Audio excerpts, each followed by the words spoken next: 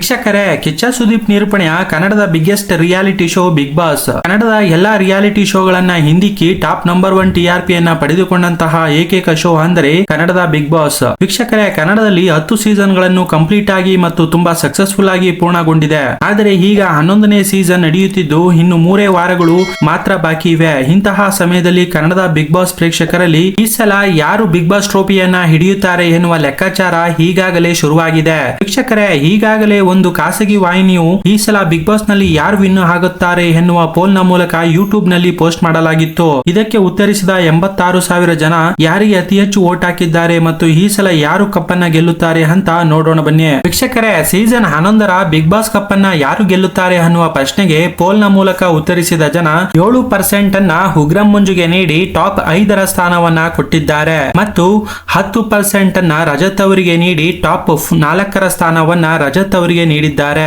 ನಂತರ 28% ನ ಮೂಲಕ ಮೋಕ್ಷಿತಾ ಅವರಿಗೆ ಟಾಪ್ 3ನೇ ಸ್ಥಾನವನ್ನ ನೀಡಿದ್ದಾರೆ. ಇದಾದ ನಂತರ 35% ನ ಮೂಲಕ ತ್ರಿವಿಕ್ರಮ್ ಅವರಿಗೆ ಟಾಪ್ 2ನೇ ಸ್ಥಾನವನ್ನ, ಅಂದರೆ ಬಿಗ್ ಬಾಸ್ ಸೀಸನ್ 11ರ ರನ್ನರ್ ಅಪ್ ಆಗಬಹುದು ಎಂದು ವೋಟ್ ಮಾಡಿದ್ದಾರೆ. ಹಾಗಾದರೆ ಟಾಪ್ 1ರ ಸ್ಥಾನವನ್ನ ಯಾರಿಗೆ ಎನ್ನುವ ಪ್ರಶ್ನೆಗೆ ಕುರಿಗಾಯಿ ಹುಡುಗ ಸಿಂಪಲ್ ಅಂಡ್ ಹಂಬಲ್ ವ್ಯಕ್ತಿ ಹನುಮಂತನಿಗೆ 48% ನ ಮೂಲಕ ಬಿಗ್ ಬಾಸ್ ಸೀಸನ್ 11ರ ವಿನ್ನರ್ ಆಗಬಹುದು ಎಂದು ಊಹಿಸಿದ್ದಾರೆ. ವೀಕ್ಷಕರೇ, 100 ಜನಗಳ ಪೈಕಿ ವೋಟ್ಗೆ ಹೋಲಿಸಿದರೆ ಉಗ್ರಂ ಮಂಜುಗೆ ಕೇವಲ 12 ವೋಟ್ಗಳು ಮತ್ತು ವೈಟ್ ಕಾರ್ಡ್ ಎಂಟ್ರಿ ರಜತ್ ಅವರಿಗೆ 16 ವೋಟ್ಗಳು ಮತ್ತು ಮೋಕ್ಷಿತಾ ಅವರಿಗೆ 20 ವೋಟ್ಗಳು ನೀಡಿದ್ದಾರೆ. ನಂತರ 28 ವೋಟ್ ನ ಮೂಲಕ ತ್ರಿವಿಕ್ರಮ್ ಅವರಿಗೆ ಟಾಪ್ 2ರ ಸ್ಥಾನವನ್ನ ಕೊಟ್ಟಿದ್ದಾರೆ ಮತ್ತು 100ಕ್ಕೆ 44 ವೋಟ್ ಅನ್ನ ಪಡೆಯುವ ಮೂಲಕ ಹನುಮಂತ ಮೊದಲ ಸ್ಥಾನ ಪಡೆದು ಕನ್ನಡದ ಬಿಗ್ ಬಾಸ್ ಸೀಸನ್ 11ರ ಕಪ್ ಗೆಲ್ಲುವ ಸ್ಪರ್ಧಿ ಎನ್ನಲಾಗುತ್ತಿದೆ. ವೀಕ್ಷಕರೇ, ಇದು ಖಾಸಗಿ ವಾಹಿನಿಯೊಂದರ ವರದಿಯಾಗಿದೆ. ಆದರೆ ಬಿಗ್ ಬಾಸ್ ಆಟದಲ್ಲಿ ಕೊನೆಯ ಹಂತದವರೆಗೂ ಯಾರು ನಿಜವಾದ ವಿನ್ನರ್ ಎಂದು ಊಹಿಸಲು ಸಾಧ್ಯವಿಲ್ಲ.